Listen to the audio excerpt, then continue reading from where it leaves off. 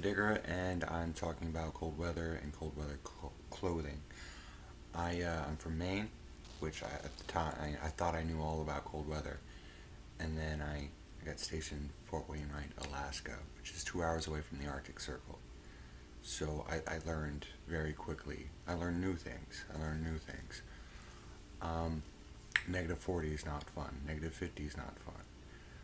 So I learned how to dress appropriately. Biggest thing about cold weather gear is, or cold weather, is to dress in layers and dress appropriately in those layers. Anything wet, make sure you have a change of clothes.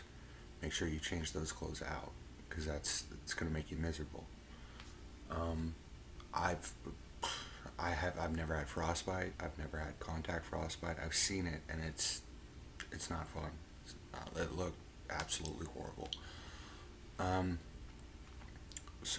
Along with this, I was thinking about how to do this video and how to set it up. And in doing that, I realized that all my clothes have a story. Or all my cold weather clothes have a story. Everything I go out with has a story, which is I just realized that. So I figured this would be a good way to tell my story, my past history. Most of my gear is military issue, and I have some civilian gear, but so I'm gonna go through the gear, go through the clothing, and then I'll tell you the story, or the stories behind them.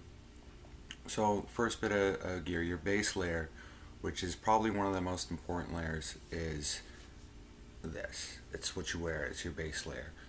This is called, in the military, it's just a silky top. Um, we have bottoms too that we wear. I don't wear the bottoms. They get really hot. You get really sweaty. I don't like it. But in Alaska, I wore them because it's cold there, really cold. I don't even wear them in Maine. But so you have your silkies, and then I always wear a shirt. This just happens to be one of my units, a shirt I got in Alaska. I just put it on. I didn't put it on for this video.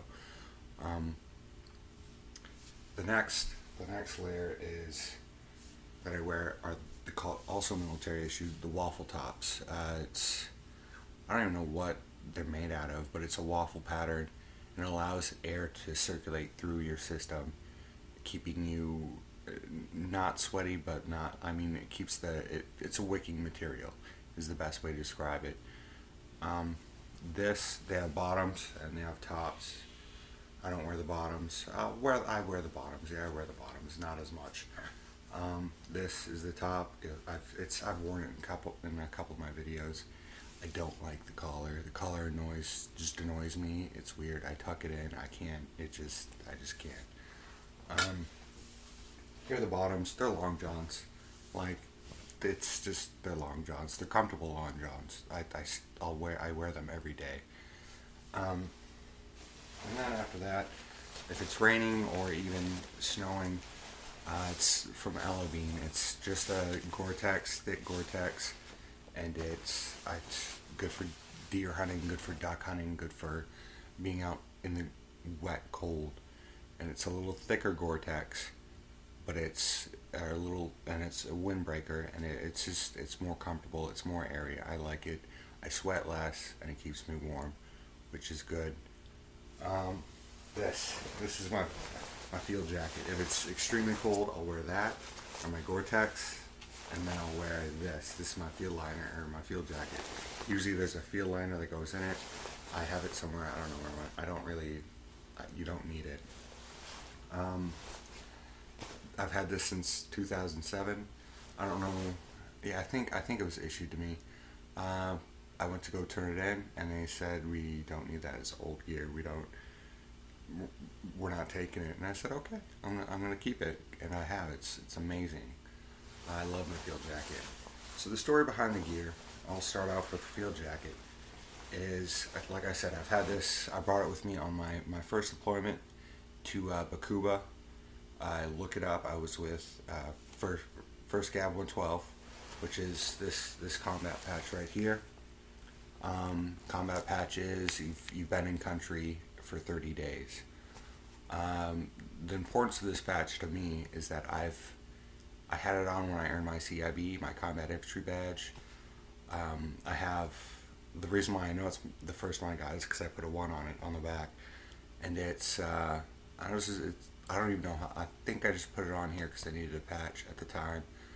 But like, I saw it and I was like, I was going to use it for a video, and I opened it up, and it's my first one. So it's kind of, it's important to me. This jacket my dad gave me, it's from LL Bean. Like, I love LL Bean. My hats, I have the LL Bean hat I wear in the cold, when it's extremely cold, and like when it's fall cold, I wear this. This is what they call a watch cap. This cap I've had since boot camp, Marine Corps boot camp, which was, I went to boot camp in 01? No, 02. I went to boot camp in 02, the beginning of 02. End of 01, beginning of 02. Actually, yeah, no, because it's been a while. I was supposed to go on September 11th of 01. That didn't happen. No, not September. I was supposed to go September 11th, or September 12th of 01. September 11th happened. I didn't get a chance to go. I went, I think, on October 20th, around, anyway. So that's boot camp, watch camp. Polypros, just reminds me of Alaska. It's a great place to visit. Some people love living there. Negative 30, negative 40 is no joke. It wasn't for me. But yeah, that's story behind my gear, I guess. I was, and this is 321, which is 3-21, 25th Infantry Division. This was Alaska. This is a platoon shirt that we had made. But yeah, that's, so like I've grown up in Maine. I lived in Arizona for a while. When I was younger, I've lived in Michigan. My father's from Michigan, Saginaw. There's actually a street, Clooney Street, named after us. I don't think Clooney's live on that street anymore, but anyway, it's whatever. Yeah, I graduated in 2001 from Flooring Wells High School in Tucson, Arizona. I lived there for 2 years. Joined the Marine Corps right out of high school, right after 9/11. Not because of 9/11. I was heading that way anyway. But like after 9/11, I spent 4 years in the Marine Corps. Got out in 05. Went to Thomas College in Maine, in Waterville, where I met my wife. We got married. I lasted a year and a half. I didn't fail out. It wasn't for me. College wasn't for me. So I married my wife, joined the Army, and 30 days after I got in, like, to Fort Hood, Texas, I was sent to Bakuba, Iraq. And if just look it up with Alpha Company 112, first Cav. And then after that, I did 7 months in Iraq. We came back to the United States, still at Texas. We were there for about a year. Deployed back to Iraq. I deployed with 112 again, but with a different company, to Kiara West, or Key West. Was there for a year, deployed back. Got stationed in Alaska, and was there for about a year and a half, and then got deployed to Afghanistan, which is, I was near Kandahar Air Force Base, on a little cob out in the middle of nowhere for 6 months with no running water, no, all the stories. I don't like telling. Most of you may understand, some of you won't understand. Like, it's just one of those things. So yeah, I was there for a year, got back. I was in Alaska for another year, and then I was done with the infantry, done with active duty. I didn't want to do it anymore. So I went to the National Guard, and I wanted to pick up a trade, pick up a skill, and so I became a welding and machinist. And so I like in the National Guard for a year. I did that for 2 years. I worked at a jail on the civilian side. Didn't like that at all. Did not like that at all. And I wanted to do more of the welding and more trade work. Because in Maine, that's where the money is, and it's fun. I love doing that stuff. So I switched.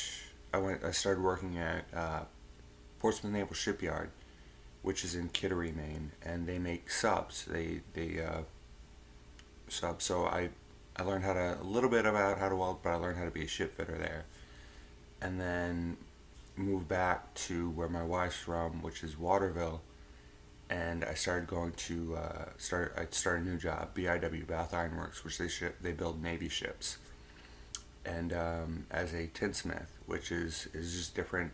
Like it's a little of everything. In the metalworking side, it's a little of everything. Um, I'm I'm stationed here because it's for a year, or not a year anymore. I think it's like 7 months until June. So like I move around a lot. That's how I don't know. I'm a gypsy, I guess. I can't stay in one area for too long. But yeah, that's my story. That's my backstory. Cold weather gear. Stay warm. Don't get frostbite. Mainly dig out.